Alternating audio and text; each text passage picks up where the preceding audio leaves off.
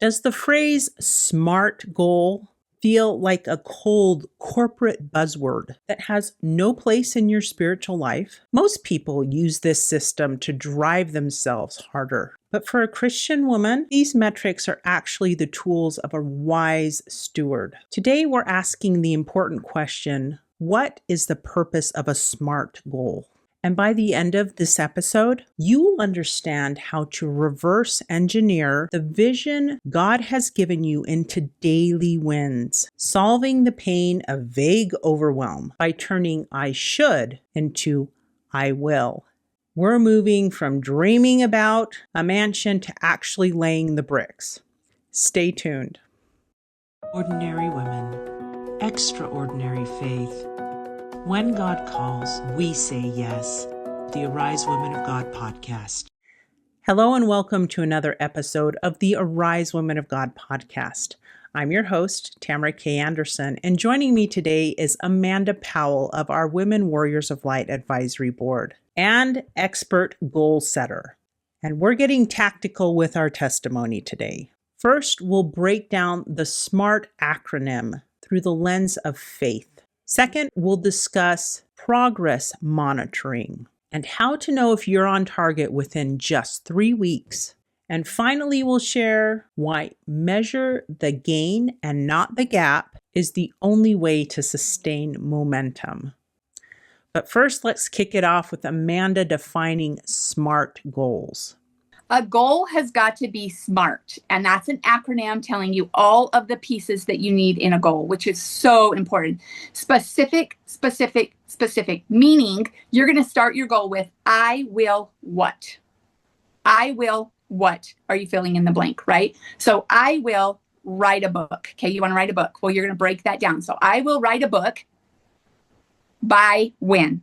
Okay, when? And what type of book? Like start getting super specific. It's got to be measurable. The only way that it's going to be measurable is you're moving steps towards it, right? So the way that I like to do this is let's say I'm doing a reading goal, okay? And it's going to be for one of my kids, okay? My child is going to read 100 words per minute with 90% accuracy. That's my measurable part, okay? That accuracy. So you see what I'm doing. That's the goal.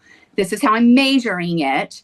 Okay, with the 90% accuracy, with less than one prompt, and then I'm going to add a date by, and I add a date. Okay, so if this is a year goal, there's my date. Okay, so you can see the important parts, and this works for anything.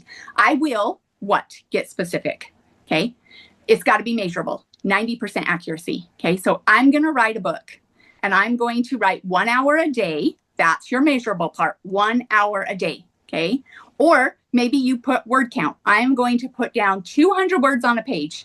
Okay. That's your something measurable. Okay. And then make sure it's realistic. Okay. You can't say, I'm going to write a series. Like I've never written a book. So an unrealistic goal for me would be, I'm going to write a novel series and I'm going to have 3 books written in a year. Right.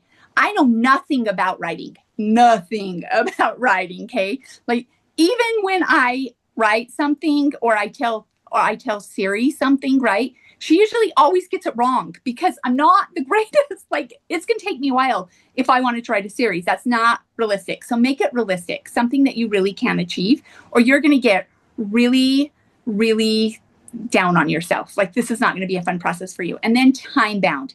It has to have a time that it ends.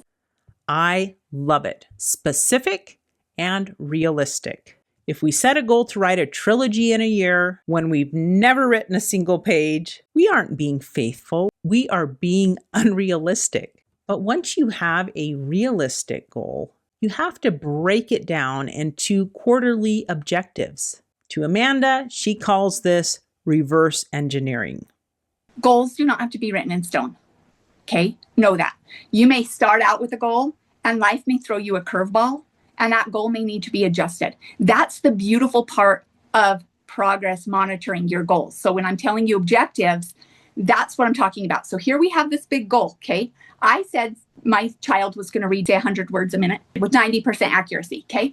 And this is going to be in a year from today, okay? So my first objective, I'm going to break that down into quarterly objectives. So my first quarter, let's say the baseline is my kid is reading 20 words a minute and I want him to 100. Okay. I'm going to reverse engineer that. And I'm going to work on, we're going to get you from 20 words. And this first objective, I need that doubled. I need you reading 40 words. Okay. We're going to read 40 words by the end of this quarter with maybe it's not 90% accuracy. Maybe it's a little lower. Now, because I like high goals, I'm probably going to keep it 90% because I brought the word count down, right? So I want those 40 words that we get, I want those 90% correct. Okay. The beautiful part about the objectives is within 3 or 4 weeks, you know if you're on target to make that objective. And if I'm not, I can course correct.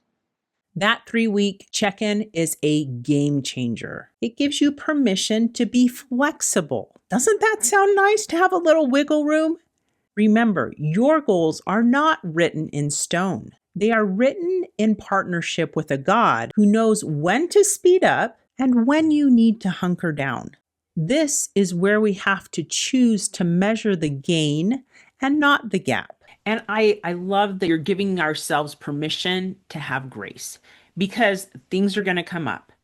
In the middle of last year, in the middle of crazy goals, I got sick for like 2 weeks. Like I was in bed flat on my back. I had some flu bug come through, and you better believe that it shut down my goals pretty fast. Like I wasn't able to exercise. I was barely making it out of the bed into the kitchen, grabbing some food and getting back in bed. So sometimes goals fail because things out of our control happen. And so just remember, give yourself a little bit of grace there. Hey, this happened. I couldn't control it. Believe me, I did not want to be sick. So just as you ease back into health, maybe you're going to have to start at a lower measuring point because I'm not going to go from that to walking my 45 minutes a day. In fact, I remember my friends walking with me the first time I walked after that. And what used to take me a 20-minute loop, it took me like 30 minutes. I was walking slow and I was just huffing and puffing because I was recovering. So allow for flexibility and say, you know what? I used to have this goal. It's going to have to change from what it was to where I am right this minute. And that's okay. Don't get down on yourself. One of my favorite sayings with goals is measure the gain and not the gap. The gap. Yeah. And so make sure that you are saying, guess what? Last week, I didn't walk at all because I was sick. This week, I'm going to walk 10 minutes and see how I do with that. That might be a stretch for me. I don't know. But start with easing yourself back into it. Was it what you did 2 months ago? No, it's okay. It's okay. So giving ourselves grace so that we don't completely fail with our goals. The purpose of a SMART goal isn't to make you work harder. It's to help you see how much God is doing in your life. When you make it plain, you see the miracles. If you're ready to reverse engineer your big vision, go download our guide to goal setting for Christian women. It'll help you figure out what God wants you to do, and then you can break it down into your SMART goals, which you have just learned to do. And if you want to join a community of women who are measuring the gain together, go check out our Women Warriors of Light accountability group. The links for both of these things are in the description. So my friends, take one purposeful step today and move towards your goal. And until next time, may you arise, do it God's way, God strong.